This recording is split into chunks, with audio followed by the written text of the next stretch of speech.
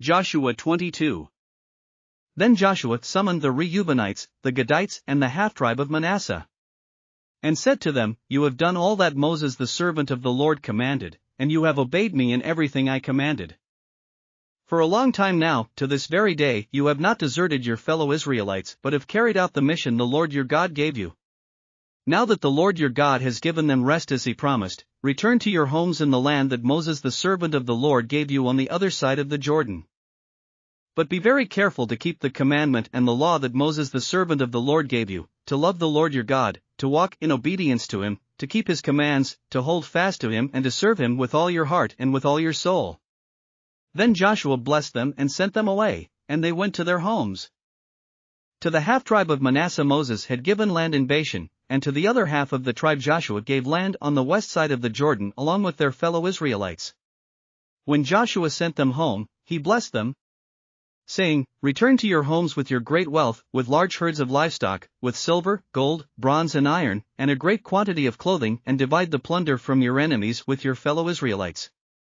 So the Reubenites, the Gadites and the half-tribe of Manasseh left the Israelites at Shiloh in Canaan to return to Gilead, their own land, which they had acquired in accordance with the command of the Lord through Moses.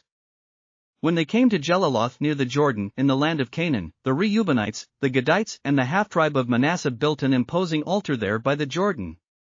And when the Israelites heard that they had built the altar on the border of Canaan at Jeliloth near the Jordan on the Israelite side, the whole assembly of Israel gathered at Shiloh to go to war against them. So the Israelites sent Phinehas son of Eleazar, the priest, to the land of Gilead to Reuben, Gad and the half-tribe of Manasseh. With him they sent 10 of the chief men, one from each of the tribes of Israel, each the head of a family division among the Israelite clans.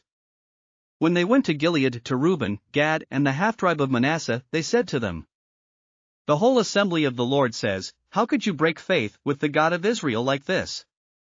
How could you turn away from the Lord and build yourselves an altar in rebellion against him now? Was not the sin of Peor enough for us? Up to this very day we have not cleansed ourselves from that sin, even though a plague fell on the community of the Lord. And are you now turning away from the Lord? If you rebel against the Lord today, tomorrow he will be angry with the whole community of Israel. If the land you possess is defiled, come over to the Lord's land, where the Lord's tabernacle stands, and share the land with us. But do not rebel against the Lord or against us by building an altar for yourselves, other than the altar of the Lord our God. When Achan son of Zerah was unfaithful in regard to the devoted things, did not wrath come on the whole community of Israel? He was not the only one who died for his sin. Then Reuben, Gad and the half-tribe of Manasseh replied to the heads of the clans of Israel. The mighty one, God, the Lord. The mighty one, God, the Lord. He knows. And let Israel know. If this has been in rebellion or disobedience to the Lord, do not spare us this day.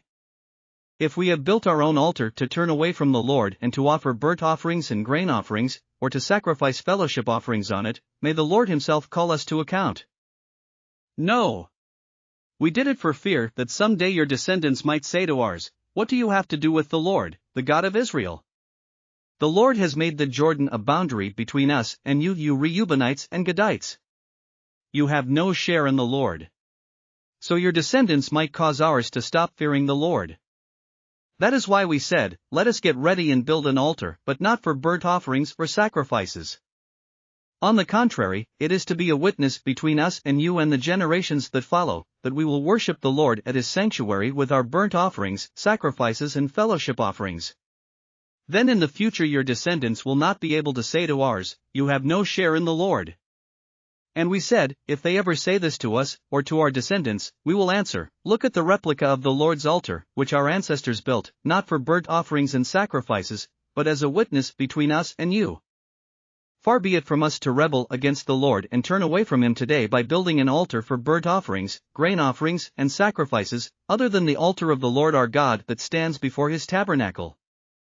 When Phinehas the priest and the leaders of the community, the heads of the clans of the Israelites, heard what Reuben, Gad and Manasseh had to say, they were pleased.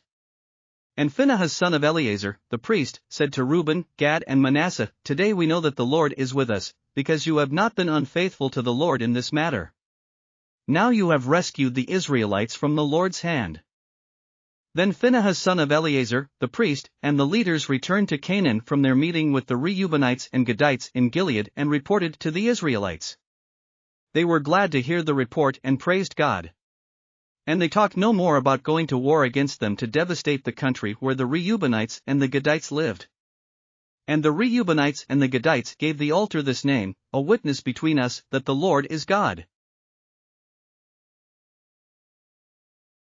Thanks for listening to another chapter of the Bible. At My Faith Fuel, we believe a good coffee fuels your faith and energizes your day. Please visit myfaithfuel.com to explore our delicious coffee blends. Part of each purchase goes to training worshipers around the world. Thanks for listening.